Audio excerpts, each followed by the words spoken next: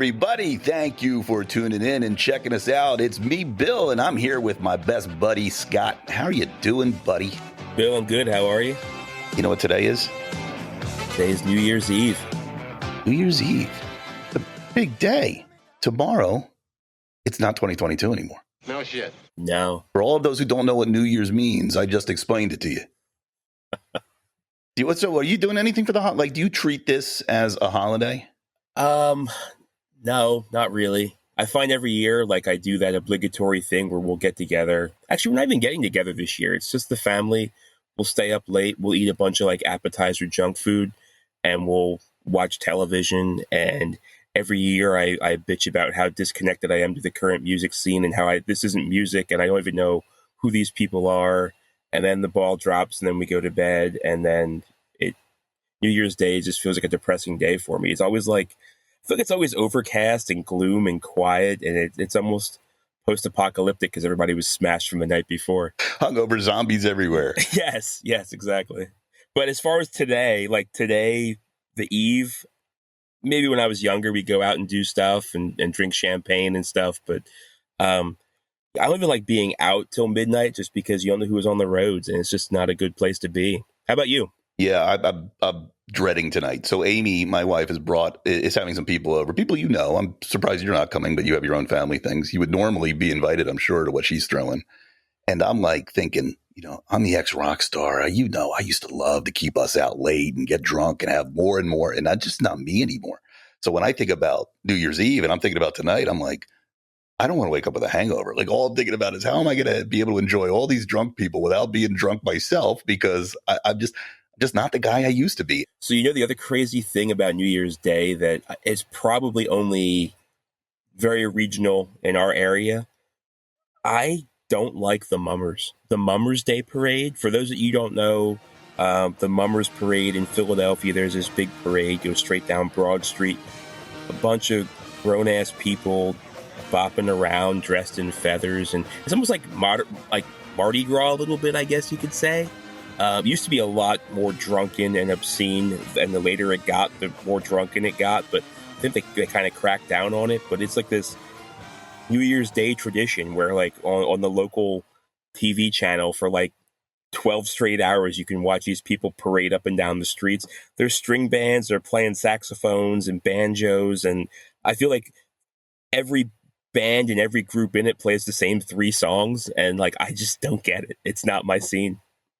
Yeah, we're really past that phase of when parades used to amuse us.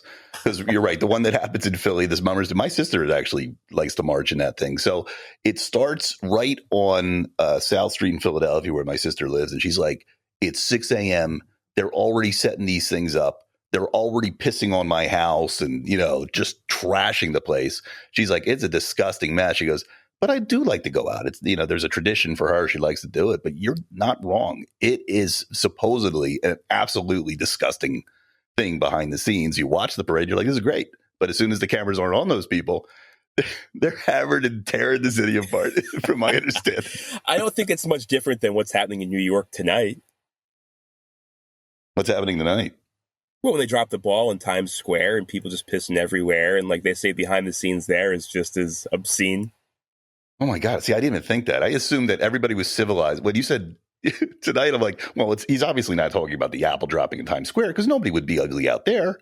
Why wouldn't they be, Scott? What the fuck am I thinking? They don't drop an apple. They drop a big crystal globe. Can you see all the people who are out there, though? They all have to piss. Like, when you see them in that crowd, they have to piss somewhere. They talk about people wearing diapers and shit like that. No, I'm not going to wear a diaper. I don't ever want to have to wear a diaper to anything. For the chance to see Ryan Seacrest and, the whole crew of people who you probably don't even know, you're not going to do that? Maybe I'll wear pull-ups instead of Depends for Ryan Seacrest, but I'm not going full-on, like, strappy diaper. No. Jenny McCarthy's there. All the people that you just don't give a shit about watching. Dick Clark's still there? I feel like Ryan Seacrest is like the modern-day Dick Clark. Yeah. Well, he kind of has what Dick Clark has. The guy doesn't age either. I mean, Dick Clark didn't age. Ryan doesn't age. I think the show still is called Dick Clark's Rockin' New Year's Eve, hosted by Ryan Seacrest. I really hated watching that because, yeah, it was all, to your point, who are these artists? I don't even know. But I'd be watching that show, whether you watched it on ABC or C. Like, there was always competing, kind of broadcasts going on. And every single time I'm like, this is the best that they could put together for a New Year's Eve show the entire year. These are the best performers they could get. The Super Bowl always does better. You would think that the New Year's Eve ball dropping might be able to get better acts. Well, yeah, but then like they're doing the thing now where they go to like each time zone and like they do New Year's Eve for like the following 3 hours. So they'll have like artists out in California and they'll like live stream them into the broadcast. And I think CNN has Andy Cohen and Anderson Cooper, and like they do their own version of it. And like in past years, they would just get drunker and drunker. They'd be doing shots of tequila on air. And I hear this Really? year, like CNN, yeah. And then this year, CNN, because it's funny watching Anderson Cooper, like the straight-laced news guy, getting hammered. But like this year, I hear CNN like put a stop to any alcohol consumption during the show. So I see this year taking a step backwards. But yeah, as much as I bitch about this, I do find myself doing it every year because it's tradition, I guess. But every year, I'm more and more removed from the modern day famous artists, and I truly am like, who are these people? I'm more and more removed from anything to do with New Year's Eve. Like, we talked about doing this show. I was like, yeah, you want to do it Sunday? And you're like, that's New Year's Day. I said, didn't know. Didn't even know. Wasn't even paying attention. It's just not even a real thing for me anymore. When I was a kid, it was the greatest. It's same with St. Patrick's Day. My wife will say to me sometimes, like, you want to go out drinking on St. Patrick's? No, I think I outgrew that. I think that's meant for younger people. I think New Year's Eve is really meant for younger people. I have to admit, I'm at the point where going to bed early sounds a lot better than staying up late. That's embarrassing. Yeah, and St. Pat's is even weirder because, like, at least, banks and government and most jobs treat New Year's Day as a holiday. So, like, you'll have off the day after. St. Pat's, March 17th, nobody gives a shit on March 18th what's happening. So if you overdo it on the 17th, you're missing work the next day. Unexcused. Well, listen, there's a lot to talk about here. It's not just this. I have some other thoughts. Okay. And they're not necessarily related to today's main topic, which the reason I played the Back to the Future theme there. We're going to talk about movies that guessed the future properly. So it's kind of like a New Year's Eve time, kind of themed show. And Scott, you and I, we went back and we were thinking about some movies that guessed things right, meaning we saw something from the 80s or the 70s and damned if it didn't end up becoming reality. So we'll talk about that in a bit. A couple other things to bring up, man. I was talking the other episode about an app that you can get called Lenza, and it does that AI thing for you. And I was kind of like, wow, this AI thing, it's really incredible what it can do. I've seen it write full websites that you would think were written by a human. It didn't look spammy at all. And I've seen it just start to, make these graphics that I was talking about the other day. If last week I didn't discover something brand new that totally blew my mind, and not only blew my mind, maybe made me a little scared for the future, I think Skynet is closer than we think. Hey, don't be jumping ahead, man. That's one of my talks. Oh, shit, really? Well, then I should probably say So for about a month and a half, I've actually been checking out all this AI stuff. So even before I was talking about that Lenza thing with you, one of my employees brought in this thing. He figured out how to take a API with this technology, this AI technology, and create art with it. So he was like, watch, you type in something, Donald Trump holding a whatever, standing next to a whatever, and he hit it and boom, you get a picture. It's not always great, but it's like, whoa, a computer did that. Trump's face might be a little distorted, but it's, it's kind of there. And you go, whoa, that's kind of cool. So the other day, I discovered this thing called Midjourney. And I don't totally understand who's in charge of the AI, but Midjourney seems to be somebody who can also take that same AI and do stuff with it. Dude, when I tell you that you can describe anything, type it in, and this thing makes a photorealistic picture of that, you wouldn't believe me. Like, if this were a video, I'd be flashing pictures up right now of some of the things I created. Like I said, make my dog into Spider-Woman. And if you can picture in your head a perfect picture of a little gray schnauzer dressed up in a Spider-Man costume or a spider, like, it did it. I'll start putting some of these on Twitter. Too Much CGI is our Twitter. It's incredible what's coming out. And we were talking the other day about how they're doing new, what's that technology? De-aging technology. And they're using AI for that in the new Indiana Jones movie. Yeah, they have really turned a corner in the last 2 months.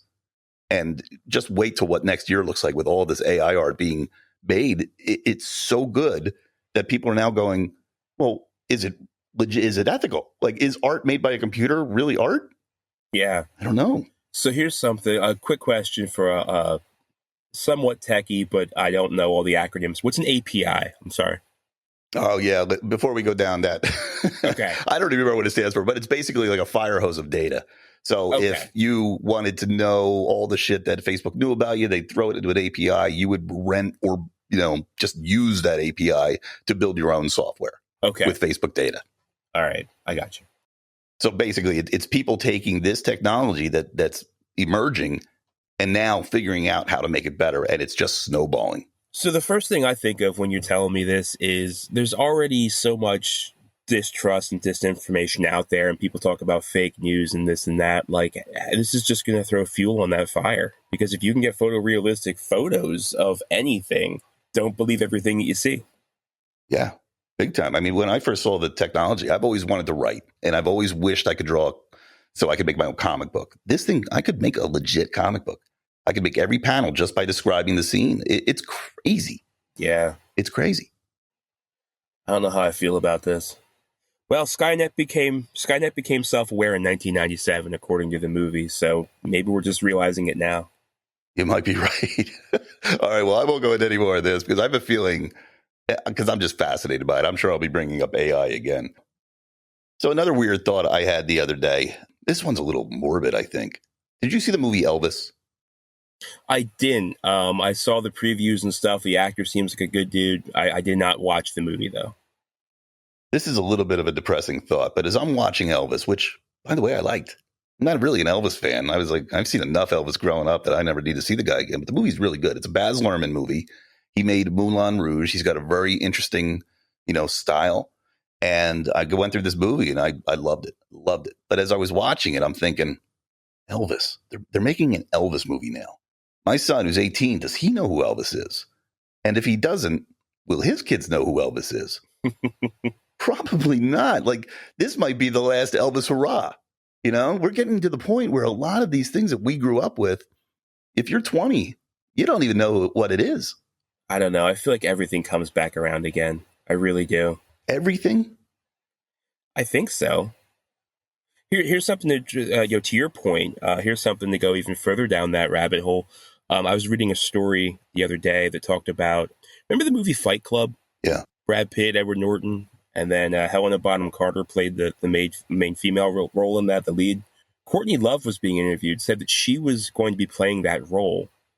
And Brad Pitt came at her asking if he could make a biopic of Kurt Cobain. And she said no. And when she said no, she was taken off that project and it was given to Helena Bonham Carter. So much like you're talking about Elvis getting this, like Kurt Cobain's going to eventually have a biopic. How long are people going to keep Kurt Cobain in their memory? I know. I mean, at some point, people must have been going, Beethoven will be here nobody will forget Beethoven. Beethoven will be the top musical artist in everybody's mind forever and ever. Pretty sure I don't own a Beethoven CD. You know what I mean? Like, even if you stay as a icon, you're only a name.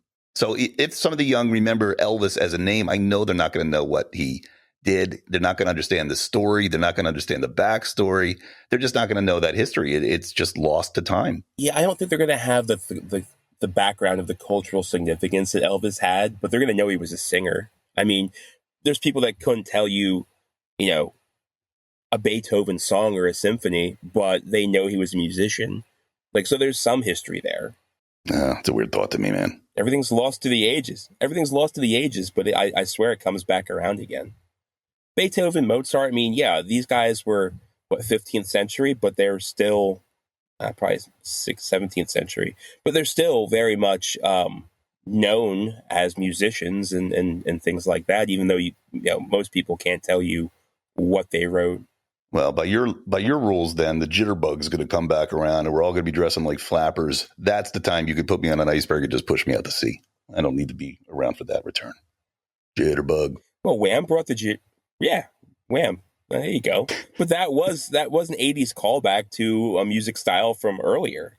No, you got a good point. You're very optimistic. I look at it going, man, I'm getting older, and the shit that I just think is so important just doesn't seem to be that important anymore. And because life has changed, life has moved on. The things that are important to me aren't usually the things that are important to most people.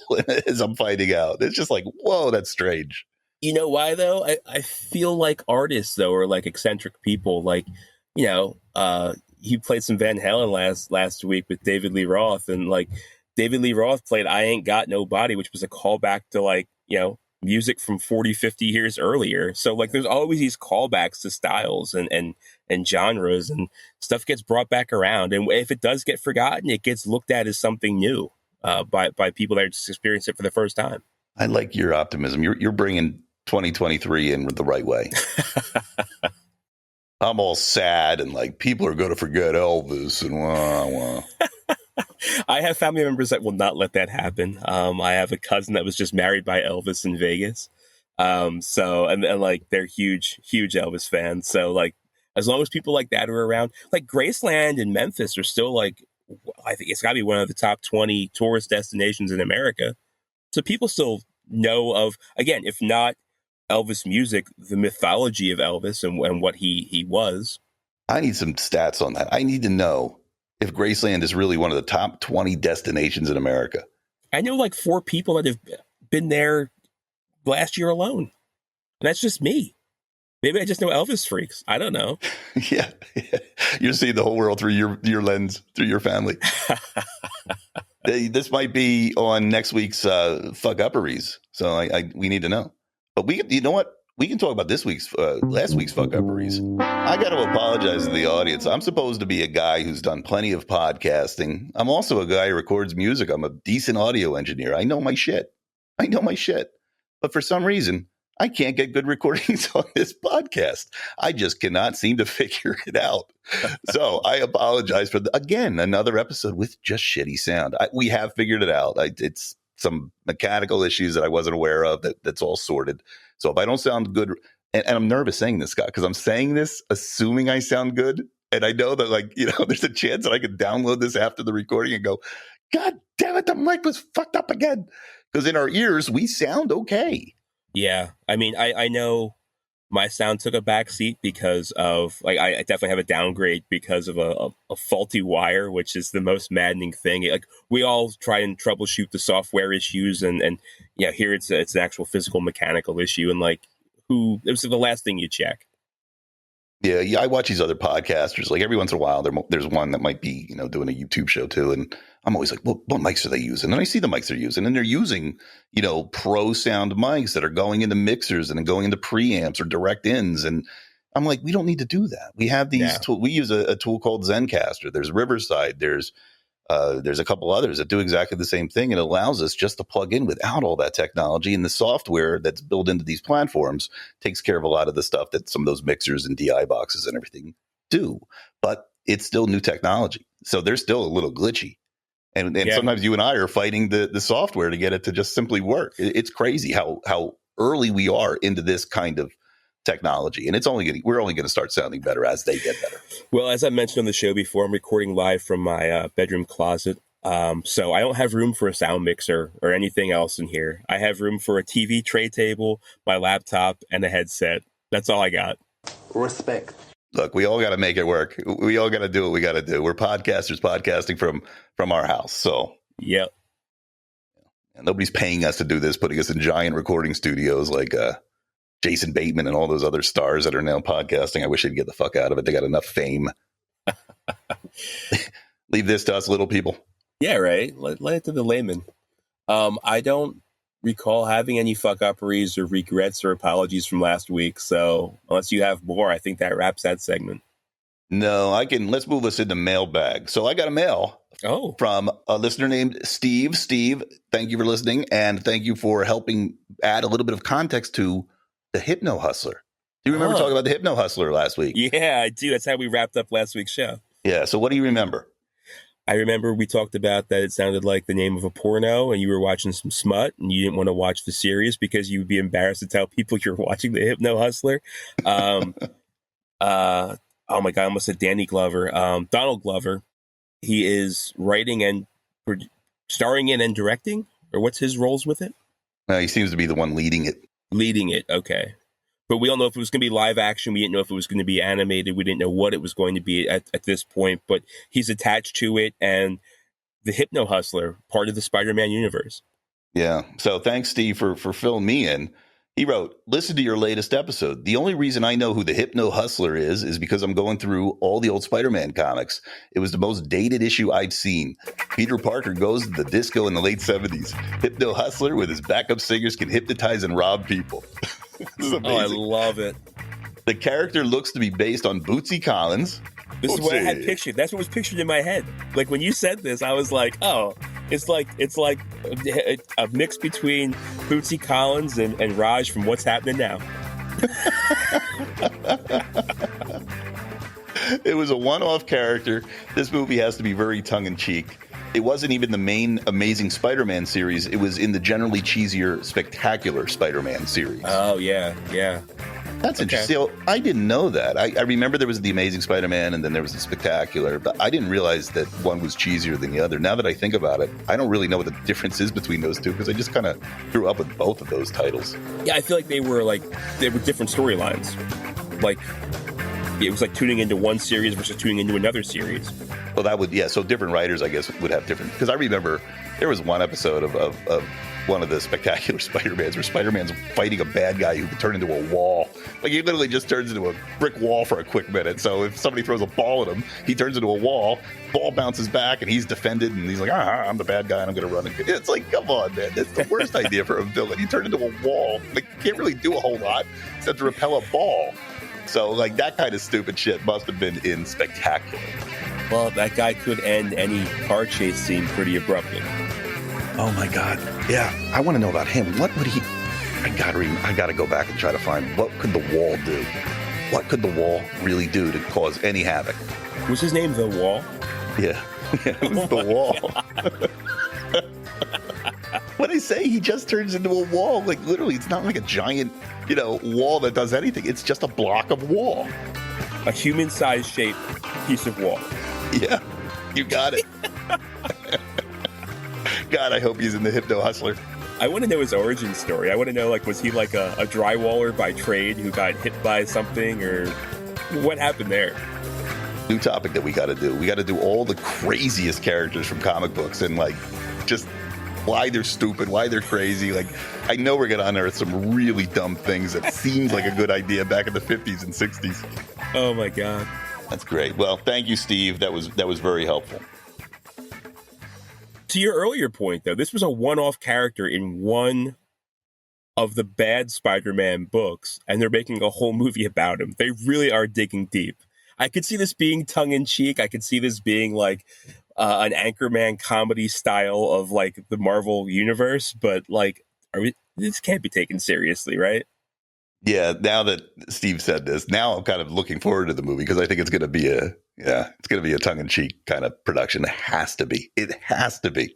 I just see this guy talking jive and oh man. It could be terrible. It could not land at all. Yeah, this is a risk. Yeah. Good luck, Childish Gambino or Gambino. Childish Gambino. Gambino. Yeah.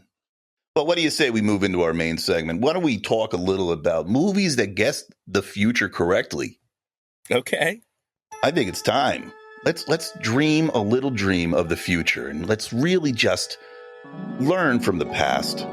Pay attention to the things that we're seeing today because they could be our future technology. They could be our future dreams. Making all this up. It sounds very rehearsed. You probably think I'm reading from a script because that was so brilliant. Nope, totally improvised. I always like how, the past version, the past view of what the history is going to be. I always think that's funny. Old school sci-fi was 1950s view of what the year 2000 was going to be. And it's man, here we are. We're 22 years past that. Soon to be 23 years past that. And it's just so funny. The walkie-talking robots and the ray guns and yeah, by their account we should have flying cars and jetpacks by now, but they didn't quite get that right. Yeah. So how did you approach this subject, Bill? Did you do deep dives into movies? Did you just do stuff by memory? What was your approach and what was your inspiration movie wise for this topic? Great question. You might have noticed that we started with a Back to the Future song. I was watching Back to the Future 2 the other day. Me too. And Yeah, probably because I told you, hey, you should watch Back to the Future too. We should do a show on it. Because I'm sitting there and watching with Amy, and it was that scene where Marty McFly goes to the future of, the town and walks into that 80s restaurant. That's when I was like, look at all the stuff in this restaurant that's actually real. And like it's happened. And that's where the idea came. It wasn't rocket science. So I wrote down a whole bunch for Back to the Future 2, but I got a couple others. I got some Star Trek in here, some Blade Runner. So let's talk about Back to the Future 2, since you said you've recently seen it. Give me one of the things that you noticed. So the funny thing about Back to the Future 2, I did watch it because you told me you were watching it, and that was your inspiration for this video or this episode. But before you said that, you had mentioned the episode idea, and the first thing that came to mind was Back to the Future 2 anyway. So even without your direction, I was already heading down this lane here. First thing I got, plastic surgery and rejuvenation. When Doc Brown picks up Marty in 1985 and they travel to Wednesday, October 21st, 2015, he looks old. Christopher Lloyd looks old. And then once they get to 2015, he like pulls off all these prosthetics and talks about how he had like a heart. It wasn't just a facelift. It was like a rejuvenation and this and that. And like plastic surgery and human modification to look young is all the rage. And I think they're absolutely right. I think that's not that wasn't a thing in 1985, but I think that's more of a thing now in 2015, but now in 2023, people are always getting these elective surgeries and they're like outpatient procedures. It's not like you're like taped up with a nose job or rhinoplasty or anything for weeks. It's like, oh, I just had this done over the weekend, like nips and tucks and everything else you can get. I think the movie really hit a home run with that prediction. Used in disguise, Marty, but I was afraid you wouldn't recognize me. I went to a rejuvenation clinic and got a whole natural overhaul. They took out some wrinkles, did a hair repair, changed the blood, added a good 30 to 40 years to my life. They also replaced my spleen and colon. What do you think? You look great, Doc. Man, I hate that that's your number one, because that was on my list too, and I was like, this is a good one. He's not going to have this one. It reminded me of another movie that kind of got it right in a semi-related way.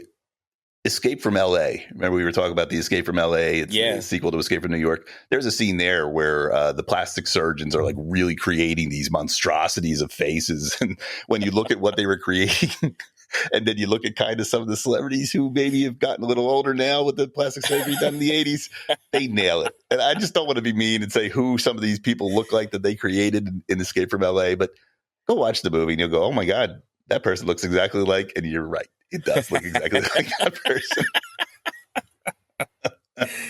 All right. Nice. So another one that I picked up, since you got that other one, smart clothing.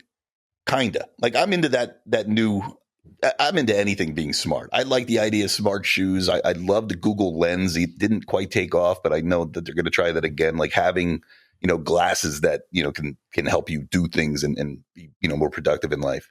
But I never will forget the sneakers in the damn show. Like he pressed a button, the sneakers laced themselves and tied and sucked in, and all of a sudden there was a tight fit. I want that technology. Ever since I saw that, I was like, that has to come true. That is so brilliant. So Nike made those shoes and they were self-tying and they made 100 pair of them and auctioned them off. And sneakerheads are like, it's like the holy grail of Nike sneakers. I didn't know that. Yeah. A few years back, this was pre-COVID, they made the Back to the Future 2 self-tying Nikes, and there was no button. You just stuck your heel in, and they automatically fit and laced. It was like an automatic self-lacing shoe. I remember the jacket he had, where you like hit the button and like the jacket like automatically fit itself. And then he fell in the lake because hoverboards can't go over top of the water. So he jumped in the water, and then he got out and hit like the drying mode, and like the jacket self-dried and dried him off. Yeah, smart clothing is kind of there, but not exactly to the extent that. Well, the other thing I had about clothing, everybody dressed like an asshole. Like nobody matched. They had like crazy prints. So like, yeah, it was smart clothing, but they all just looked fucking ridiculous. Well, so we did in the 80s too. So they still had to invent the future with current trends Okay, you're right. embedded in their minds. You also said hoverboards.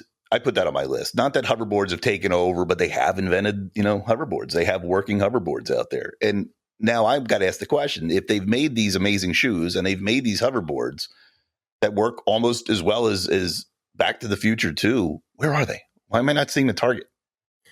Yeah, I mean, I don't think Nike would have made self-tying shoes like that if Back to the Future didn't put them in the movie. I think this was like an homage to Back to the Future. The hoverboards, I know, like, they came out with those wheelie things that kids can stand on and you like lean forward, almost like a Segway without the handle thing. And like that was all the rage like 2 Christmases ago. And then you can't take on airplanes because the batteries catch fire and all this and that. But like they were calling those hoverboards. Are there like legitimate hovering above the ground things that you can buy? Or are you talking about like there are? Yeah, but I mean, they don't surf nearly as well. But like we're getting to that point. It's like a hovercraft. We're getting to that point where they're figuring out how to propel you with air. So the funny thing in the movie, they were made by Mattel. I don't think we're at the point now where like the technology is that commonplace that Mattel's cranking them out. And the one that Marty stole, he took from like a girl. Like in part 1, he ripped the kid's like crate scooter into it. He ripped the top of it off and became a skateboard. And this one, he ripped the handlebars off the Mattel thing, and it was like a hoverboard skateboard. We're not at the point in time where Mattel is having access to this technology to make it that readily accessible to everyone. You don't think they made the jump from plastic Barbie dolls to hoverboards that easily? No, I do not. No. You know what else I saw in there? I saw mobile payment devices. I thought that was kind of cool. Like they basically were able to just use the computer to sort of pay for things. The machine sat right there on the little screen set right there on the table. Remember, there's a Ronald Reagan pretending to be Max Headroom. Like that's, yeah. I'm starting to see that everywhere now. When I go out to eat, there's a little device here, and I look at it. I'm like, I guess I'm supposed to know what to do with this. I never leave my house. And they're like, yeah, stupid. Don't you know what you're supposed to do? I'm like, no, I remember the days of waitresses giving me the bill. I give them the credit card. But now I guess we don't do that. We use the devices that are sitting on the table. They're convenient. It's cool. I know Red Robin is a big one that has like that. And you could play video games on it for the kids, like while you're waiting for the food. And there's like that whole interactive screen menu thing. Put the credit card in. It prints the receipt right out. Yeah, that's something. I didn't even pay attention to that in the movie. This one here was kind of a throwaway, I think. But when they get to 2015 in the DeLorean, they park it in an alleyway back where there's like dumpsters and trash and everything. And all of the trash in the future are giant laser discs. So I wrote down, they got it right that laser discs are trash. They never took off. They were never anything big, but there were these giant like bundles of laser discs wrapped together. I thought that was funny. Wonder what that's all about. Let's check the IMDb trivia section and see if anybody else noticed that. You might have found something there. Maybe. That sounds like an Easter egg. Another one I had here, just to jump ahead, 3D movies. Not that they did Jaws 19 like they did, but 3D movies like in the late 2000s, early 2010s, like they were selling home 3D televisions. And I think we mentioned last week when you and I went to go see the original Avatar, it was IMAX 3D with the glasses on and stuff. So not that the billboards are jumping out to like eat you off the side of the movie, but 3D movies really were a throwback to 1950s. Like, but in the late 2000s, early 2010s, like I said, 3D movie was something they were trying to really push again. See, I think it's more than that. Okay. So I think it's augmented reality. When that Jaws jumps out at you, we're getting to that point. Right now, we're seeing that through phones, but I talked about Google Lens. Yeah. There's a point where when they finally get that technology right, that you could experience exactly the way Marty experienced it. I mean, it's basically like Pokemon Go. Like your Pokemons are live in the world. The other crazy thing, speaking of the Jaws and Jaws 19, which I thought was funny, I think they only made, 5 different Jaws? They didn't get to 19. But Yet. The Jaws, the shark, it was so polygon and it looked just like when we first got 3D video games and like N64 first came out, we were like running in 3 dimensions. Like it looked like an N64 character. So I thought it was funny that people in 1985 came up with basically what 3D video games would look like once they came into reality, which happened much before 2015. But I thought that was pretty funny too. Yeah, that is funny. They thought that was high tech. Yeah. Like, you know what? The real 2023, that shark would have looked fucking great. How about biometric devices? Yeah, like they had like the implants and stuff. Well, I remember Jennifer touching the door. Like it had a smart. Oh, that was pretty cool. I mean, shit, my house is pretty wired for all that smart stuff. So yeah, when I saw that, I was like, oh yeah, that's the first time I've ever seen anything like that in a movie. Yeah, they were. I thought when you said biometric, I was thinking Griff, who is Biff in the year 2015. Doc Brown mentions that he has like short circuits in his neurological implants and stuff like that. And now present day, we have like Elon Musk talking about like, the next version of putting microchips in people. So like that's not 2015, but like how far off are we really? Yeah, you're right. You're right. That's a good one. That's a good catch. Here's something that got wrong. Is Texaco still around? Remember the Texaco gas stations? When's the last time you saw a Texaco? I don't know. And here's the thing. If they are still around, they don't have robots that are going to do like your complete overhaul and check your oil and everything at every single time you stop to fill up. Yeah, next week we'll do the episode, everything they got wrong. Everything these movies got wrong about the future. I did take notes on stuff that they took wrong. All right, yeah. You said that. Yeah. We could do that. We can roll them into these. You mentioned flying cars. They had flying cars in 2015. We do not have flying cars as of yet today. So the whole reason that Doc Brown picks up Marty and Jennifer and takes them to 2015 is because their kids are being framed and put in jail and stuff like this.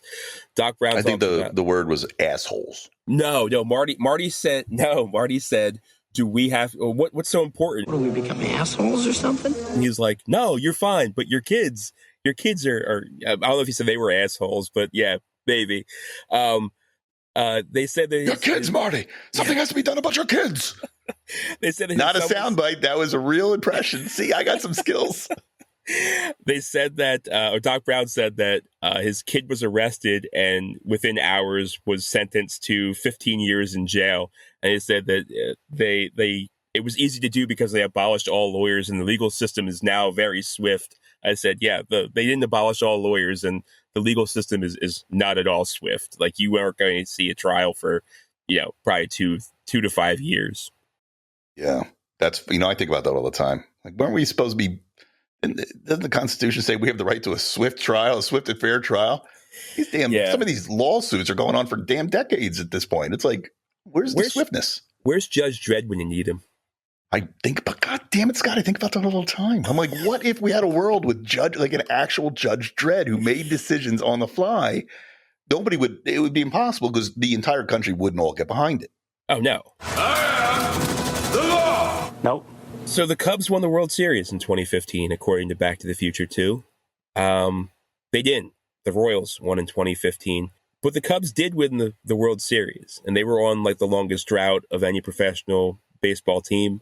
So I think that was the joke that the Cubbies came back and won it. So they did win. Just got the wrong year. Just not in 2015.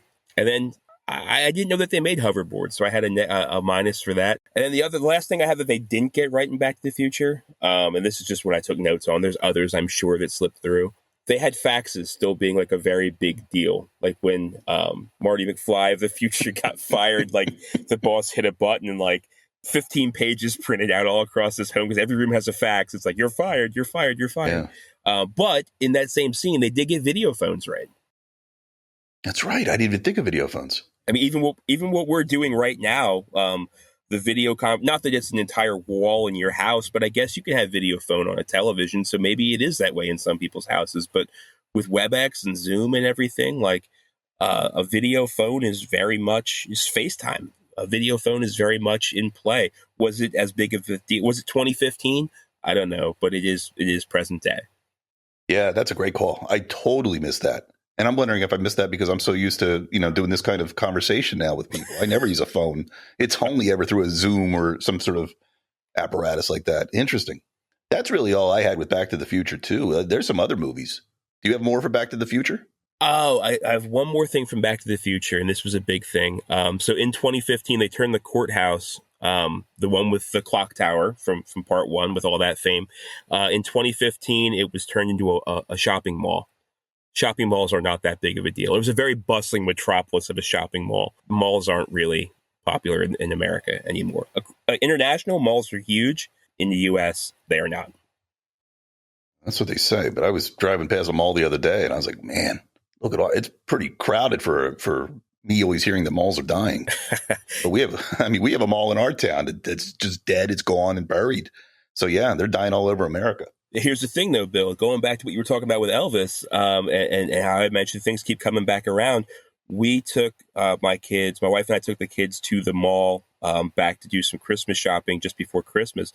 We walked in there, and this mall, Berkshire Mall, it still looks like it's stuck in the 90s. There's neon lights up in the food court, and it's crazy.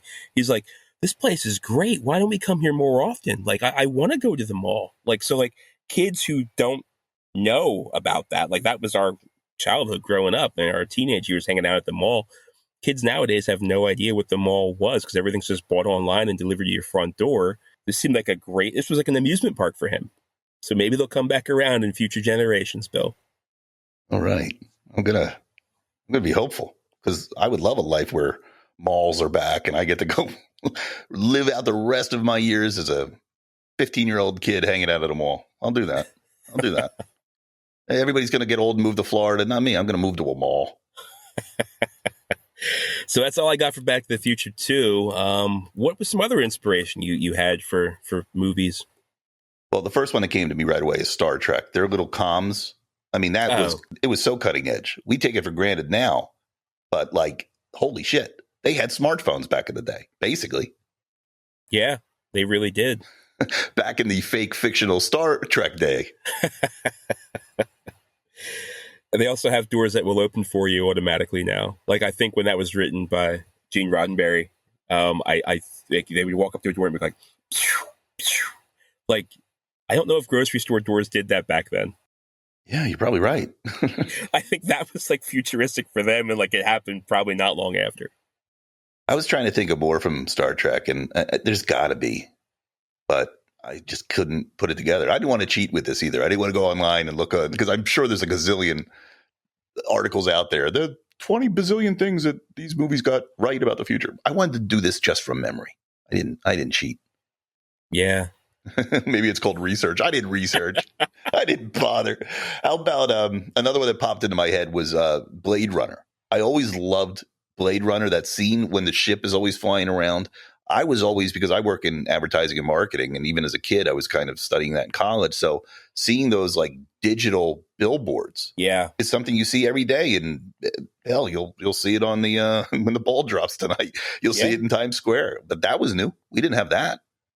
Yeah, I didn't even think of Blade Runner, but that was a great movie to think of when considering this topic. Yeah, that would have been something that I probably just would have went right over my head because digital billboards are so commonplace now. Well, how about androids in that movie? I mean, we're getting to the point where these robots are pretty damn impressive. Yeah. I don't know if we're not there yet, but I don't think we're that far off. Speaking of robots, you must know this story from being a fan of Disney. Have you seen the video footage of the Spider-Man? Yes. I guess it's not even Disney. That must be Universal, right? So that's not owned by Disney. It actually is Disney. Out in California, they have the Avengers campus. And they made this robot that it hangs on the end of a rope. And I don't think it's an android so much as it is almost like a mannequin, like a properly weighted mannequin that they just hang on the end of a rope. And it looks like it's web swinging. And like it's part of a live action show. And they like lift it up and they launch it. And then like the actor on this end like disappears. And then like, he falls through a box, but then the actor on the other end pops back up. So it looks like Spider-Man did this incredible thing, but it's all like this weighted dummy mannequin that they have perfectly weighted and timed out. But he had a bit of a malfunction with it. And it throws it pretty far. I was told that it was a robot that actually knows how to like move and look like Spider-Man in the air. So it's more than a dummy. But yeah, I mean, so what I saw was they basically launch it, and it's got a script. Like the kids out in the audience are watching this robot. Okay, Tony, I'll take care of it, Tony Stark. And then they just launch this thing, and when it works, it's beautiful. It's like, was that a real Spider-Man? Did somebody just really do this? It does a perfect backflip, and then like it lands like exactly the same way that Spider-Man would, and it's very impressive when it works. When it doesn't smack him right into a wall. Kids are traumatized that Spider-Man just got completely killed.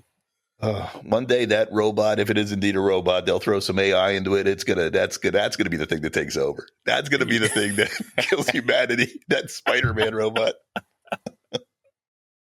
Well, I have one more here before we get to the news. Terminator was another one that I've always thought about. The drones in Terminator were always fascinating to me. I'm like, why don't we have these things? And now we do. Yeah. And by the drones, you mean like the flying gunships that had the lasers and the cameras and everything? Yeah. That's basically a large way how our wars are fought right now. Which I support. Less people, less lives lost. I agree. I also watched Terminator 2 from 1991. Their future was Los Angeles 2029. So we got 7 years, soon to be 6 years, Bill. And in 2029, they tell this history of in 1997, all U.S. stealth bombers were uploaded with Cyberdyne software and became unmanned. So that goes into your droid, not droid, but your drone history there. What happened shortly after, within an hour, the stealth bombers and Skynet launched all nuclear missiles at Russia, knowing that Russia would in turn retaliate and launch their nuclear missiles back on the U.S., which would create nuclear fallout. The robots viewed humanity as the problem, and they just eliminated the problem in the most efficient way that they knew how. So back to your earlier conversation about AI, when does it become self-aware, and when does it realize that we're the problem and we're not the masters? That's when apocalypse happens. So it's a very bleak look into the future. And I had a question mark here. Did Skynet become self-aware? Like, where are we in this process? And this could be one of those things. It's like, meanwhile, behind us, there's just the smartest sentient robot just planning all of this. I like that in Terminator 2, they fired the missiles at Russia. Russia got pissed and fired them. That could totally happen right now with Putin. Absolutely. And you think about Ultron too. I don't know if you remember so that's Skynet taken to a whole extreme level. Like the things that Ultron could do were things that I don't think James Cameron even had the thought of, because, the 80s and the 90s versus, years. I don't know. You got some of what Ultron, some of what that fucking vision was built on was just too out there, way too out there. Yeah. But the Russians, or the U.S. firing at Russia and Russia firing back, this was War Games with Matthew Broderick. Yep. That was the whole topic of that. So it wasn't like a whole new idea. One day we might be doing this episode and go, yeah, remember how War Games got it right? That was a good movie. I really liked War Games. The last movie I watched was Demolition Man. Their history, or their future rather, was again Los Angeles, 1997. Demolition Man was Wesley Snipes and Sylvester Stallone. Sandra Bullock was in there. You remember? Mm-hmm. I should have remembered this movie. It should have come up in my head for this segment. Totally forgot it. So the one thing they got wrong, there's a bunch of things they got wrong, but the main thing they got wrong, back to the judicial system, we are not sentencing people to cryogenic freezing. And that's what happened in this movie. Wesley Snipes was sentenced to cryogenic freezing for being a serial killer, basically. We do have self-driving cars. They talked about self-driving cars in the movie. We're there. We're getting there. It wasn't in 1997, and it's not as readily available as what it was in this movie. But self-driving cars, we're getting there. I got to ask you. Yeah. Have you ever driven one or ridden in one? No. I have. It's trippy. So a Tesla I had for a while was doing that. And I remember reading in the paper about somebody who took a nap, like the husband and wife took a nap in their Tesla and just let it run the highway. And a cop pulled them over, I guess, was like, hey, we didn't see anybody in this car. You were leaned back in the car sleeping, and you're getting a ticket for that. It's not the first time it's going to happen, I promise. But when you're actually like in that car and you're letting the car do the driving, it's a weird feeling. I basically didn't do it more than like a minute. It was a novelty to me because I'm not ready to let go of control. Right. Well, I mean, my Honda has the automated Hold on. My Honda has the intuitive cruise control, the adaptive cruise control, I guess they call it. Yeah, And it that's also great. has the lane assist as well. So, like, I feel like I'm 2 upgrades away from having a self-driving car because it does automatically brake. It automatically adjusts the speed. It keeps you within the lines on the road. It's basically there. Yeah, but I think it had the option that I could have made some turns with it. I was going to try. Yeah, I ain't doing that. I'm not ready to. That's weird. That's very, very foreign to me. Yeah, I'm going to let other people lose their lives on that shit before I attempt to lose mine. Agreed. Yeah. I'm not going to be the beta tester for that program. They were taking video calls on tablets. So again, like the video phones in Back to the Future, they actually had like iPads or tablets with, video phones in them. And they said that the last, what they called murder, death, kill, which was Police Code 187, the last one that happened was in September 25th, 2010. We've had a lot of murders since September 25th, 2010. Yeah, probably 5 seconds ago. Yeah, there's probably one happening right now. I mean, statistically, it's happening. And they did this thing where they had, like, their town was called San Angeles in 2032. When they went to the future to 2032, San Angeles. Oh, and I misspoke. I said it was LA 1997. This was actually filmed in 1997. That was their present day. When they went to the future, when they were frozen, they were unthawed or thawed, unfrozen, whatever you want to call it, in San Angeles 2032. So 2032 was their future. Taco Bell did not become fine dining as it did in that movie. The have-nots lived in subterranean like tunnels and stuff like that, led by Dennis Leary. And one thing that I think is happening currently, food. If anybody's gone grocery shopping lately, the price of food is like through the roof. In this movie, they were making cheeseburgers out of sewer rats. The funny thing is, Sylvester Stallone didn't care. So we are looking for alternative foods, I think, right now, because cows, pigs, chickens, with avian flu and just other reasons, traditional foods are going through the roof. But I think we're looking more in the plant food direction, not in the sewer rat food direction. But I'm pretty sure I just had a Whopper that had some rat hair in it. So you might actually be actually hitting one that's coming true. It could be. Like I say, it's present day. It's a day-by-day thing right now. What were the 3 seashells? That's really the only thing I remember. They couldn't figure out what the 3 seashells do. Yeah, 3 seashells in the bathroom, and if you have to ask, you're never going to find out kind of thing. I don't think there was an answer to it. Yeah, we still don't know. No. Another thing that's just going to be lost to the annals of time. That and Elvis. We're never going to know whatever the 3 seashells were meant to do. Maybe in 2032 it will all become clear. How old will we be? 2032? I guess it won't be. That's not too far away. We're only going to be 10 years away, though.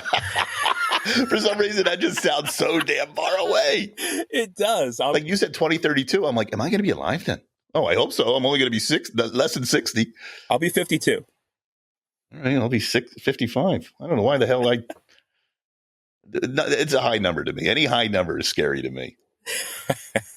But that's all I got as far as movies looking into the future.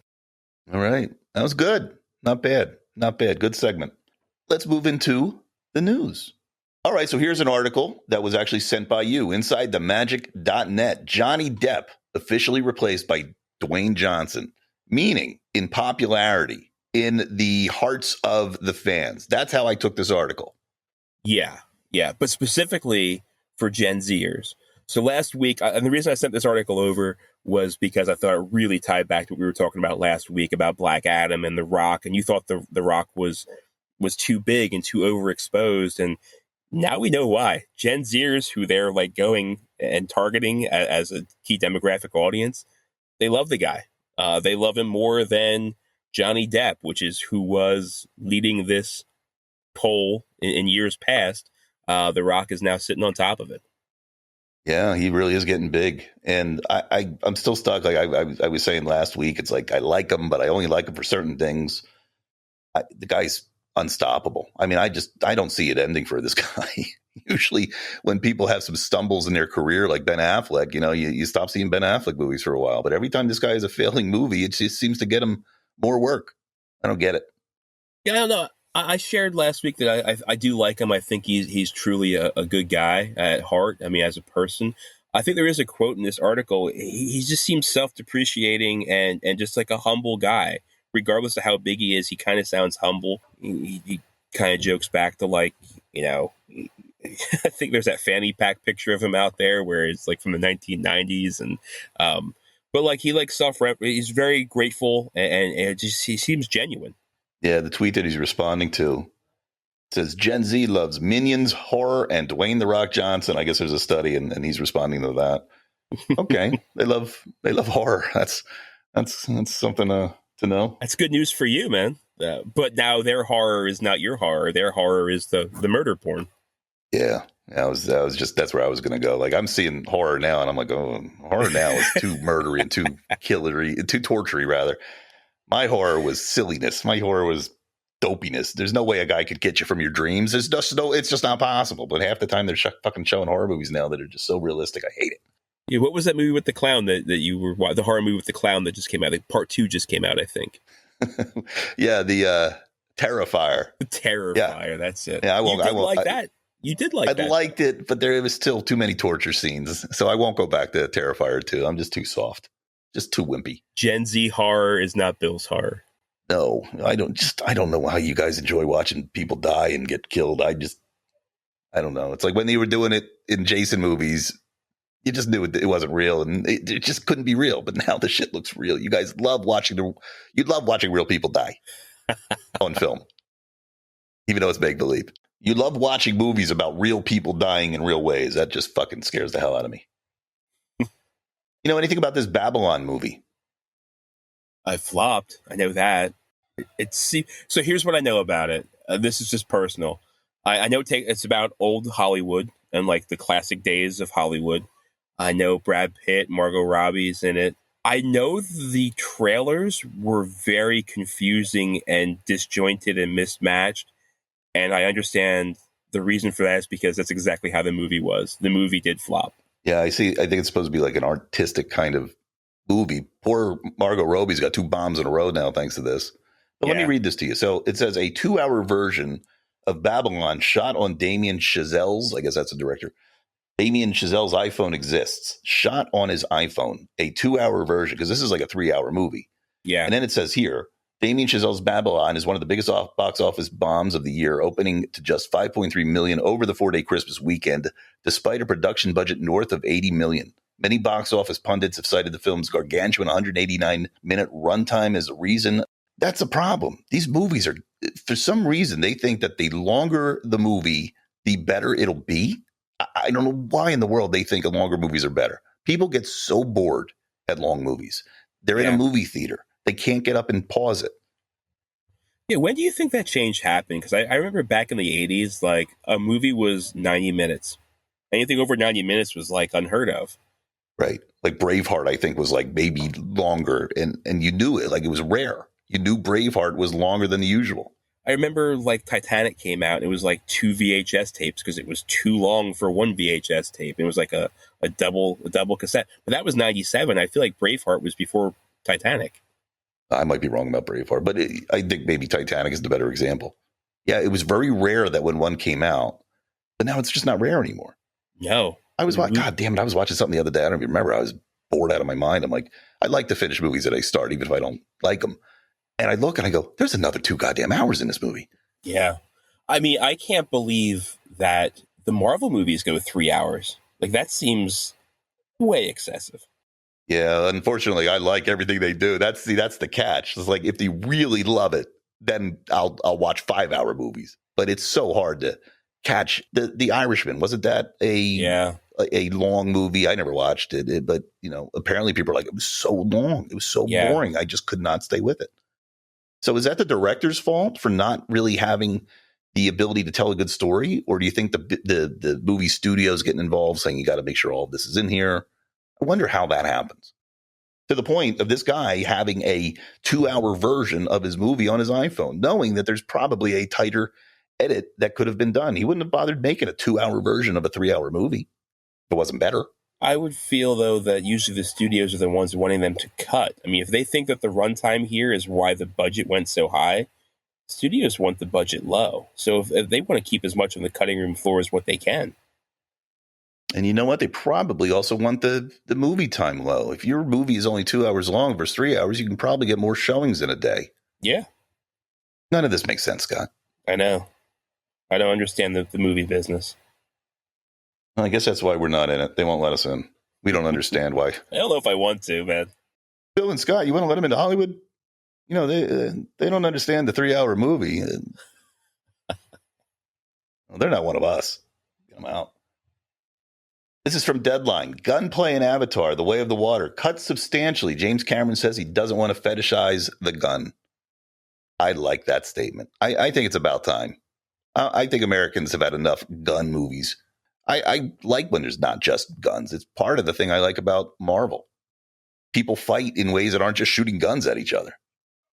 Do you remember back in the episode where you can't make that anymore? And we talked about like a lot of the racist things back in the day, like Archie Bunker and stuff was always about, we were laughing at the dumb guy and the racist guy was the bad guy.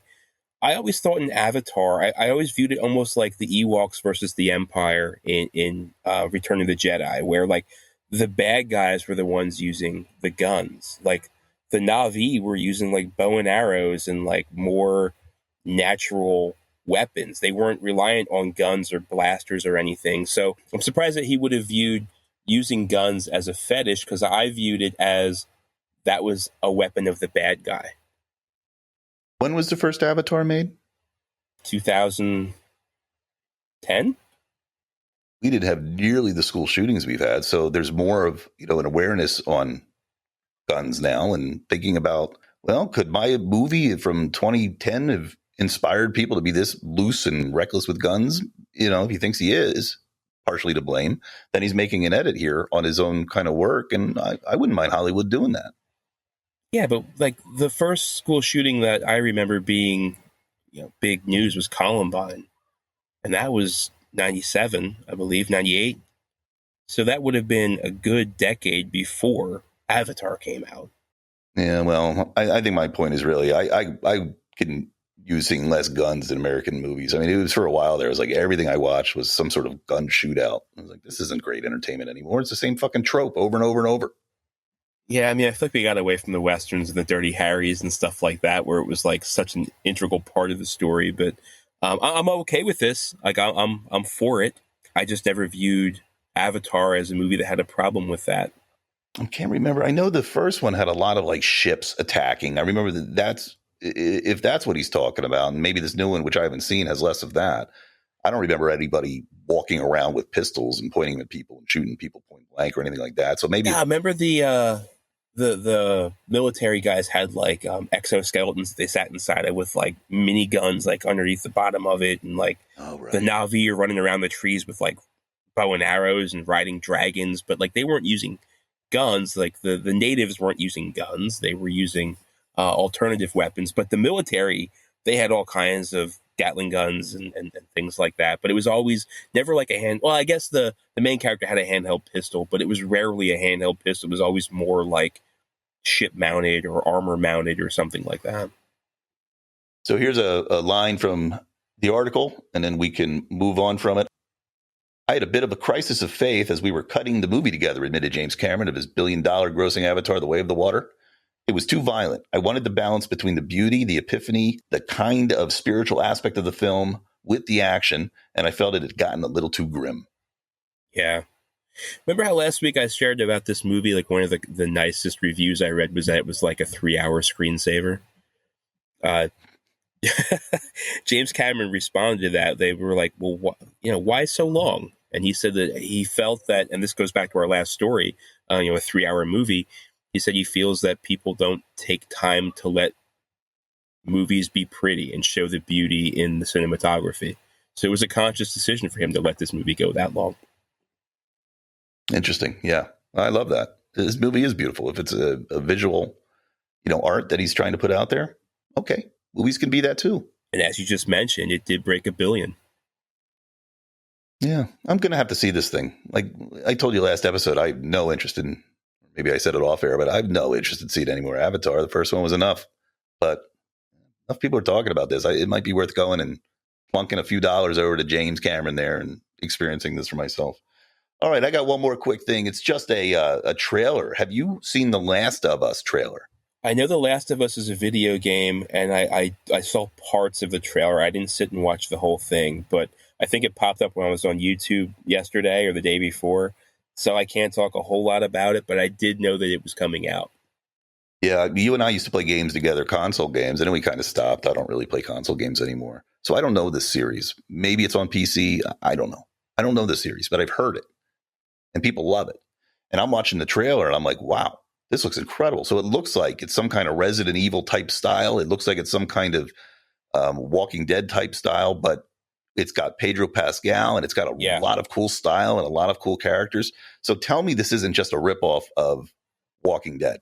Because if it is, it's a great looking ripoff. Well, the thing is, I never watched The Walking Dead. I never cared for The Walking Dead. I think my brother tried to show me an episode one time, and I was like, I'm not connecting with these people. This reminded me, the video game reminded me more of like a 28 Days Later. Like, remember that movie?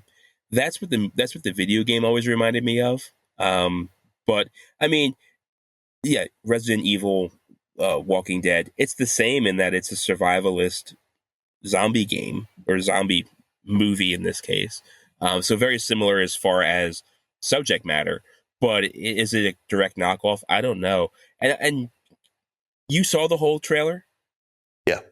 Was the whole thing black and white, or was it just really grainy on the phone I was watching? Like, it looked like it was shot in, like, at least the parts I saw, looked like it was shot in black and white. No, I don't know what you saw. No, it's full color. Yeah. All right. Maybe there are scenes that are black and white. I'm not sure. But, Pedro Pascal, he plays the Mandalorian. We talked about him a couple episodes ago. He was the bad guy in the last Wonder Woman movie. This guy's really growing on me. He looks awesome in this. Well, he was in Narcos. I never saw that, but people talk about that. That's his biggest thing, I think, is Narcos. Oh. Wasn't he with, like, Game of Thrones for a minute? Yeah. Yeah, he played the guy that had the mountain. No, the mountain crushed his head? I don't know. I feel like I only know that through Amy. She watched all the Game of Thrones. Yeah, he was in Game of Thrones. I think he got his head popped like a grape. Oh, that's a shitty way to go. Yeah, it was a great scene. His brain squirt out of the top of his head? I remember thumbs in eyes and then a popping sound and blood splatter. Holy shit. Or Pedro. Oh, he's bouncing back. I mean, he's getting a lot of work. Listen, the other day I saw this thing. I got to recommend this movie to everybody, and I wish I fucking knew the name of it. I don't even know the name of it. It's a Nicolas Cage movie where he plays himself. Googling it real fast, it is called... All right, yeah, so it's called The Unbearable Weight of Massive Talent. Nicolas Cage plays himself. And Nicolas Cage hasn't really been, Mr. Hollywood lately. He's now Mr., Fringe. He's Mr. B movie. He's Mr. I still like the guy. This movie was fantastic. Yeah. It was fantastic. You got to go see this. The whole world has to see this. Not only does he make fun of himself pretty goddamn well, but Pedro Pascal is in it, and he's amazing in it. He's so good at it. I just don't want to tell you anymore. Trust me, this is where we're seeing it. And a buddy of mine is friends with, or was friends with Nicolas Cage, and he goes, the weirdest thing, he's like talking to this guy. The guy can't stop talking about Hollywood. He can't stop talking about himself, his movies. He's just so obsessed. And he would tell me, he would do impressions of conversations with him. This movie has Nicolas Cage doing the exact same shit that my buddy told me he does. And he's like putting it out there. Like, this is me. This is, so it's a fascinating movie. It's Nicolas Cage fictionalizing his life in a way that's more, it's kind of parody. He's taking shots at himself, taking a piss out of himself. But it's also a fun, great action movie, and I'm seeing Nicolas Cage in a whole new way. I love him now, all because of this movie. Where'd you watch this? Oh, I saw it it's on one of the streaming services. Okay, you'll have to search for it. It's brand new, but I don't know that many people know about this movie, but it's good. It's very good. I've never heard of it till you're sharing it right now, but I'll definitely check it out. Well, that's what the show's about, Scott. It's about bringing new things to everybody, and that's why we hope you're listening, so you can learn about things like The Unbearable Weight of Massive Talent, on a show that's all about movies that got the future right. We talk about so many things. We're just all over the place. Some would call us a train wreck. That's actually a critique I got from my son. He's like, I listen to your show and it's good, but you just talk about everything. And I'm like, Shut up, kid. You're 10. Yeah. If you were 40, you'd love this show. This show has explicit lyrics. Turn it off. Should have put a parental advisory sticker on our show. There's an E. There's an E out there. People know what that means. E? E means everyone. Explicit. Oh. Well, how about we wrap it up? You've got a lot of fun things coming up. I've got to deal with this party. I got to pretend I'm... Oh, shit, my wife hears all these damn episodes. I got to be careful. I got to stop revealing. I've got to stop, putting my dirty laundry out there in public like this. Well, and if the people that are coming to your party are the people who I think are coming to your party, they listen too, so they'll be happy to hear your true feelings. Oh, for fuck's sake. And it's the end of the show, so I can't just edit it. I gotta create an ending of some sort. All right, everyone, that was the ending. Hey, thank you for listening. Happy New Year. Thank you for checking us out. Be sure to like and subscribe, do all that stuff. We're really bad at it. We're supposed to announce that at the beginning of the show. I always forget. Yeah. Smash like. Oh, we fucked it up. Tell your friends about us. If you go to Apple, you go to Spotify, give us some ratings there. That really helps our visibility in those platforms. We're on Twitter, Too Much CGI, and we will be back next week if Scott survives his party tonight. Oh, yeah. Happy New Year, everyone. Happy 2023. We'll see you then. Yeah.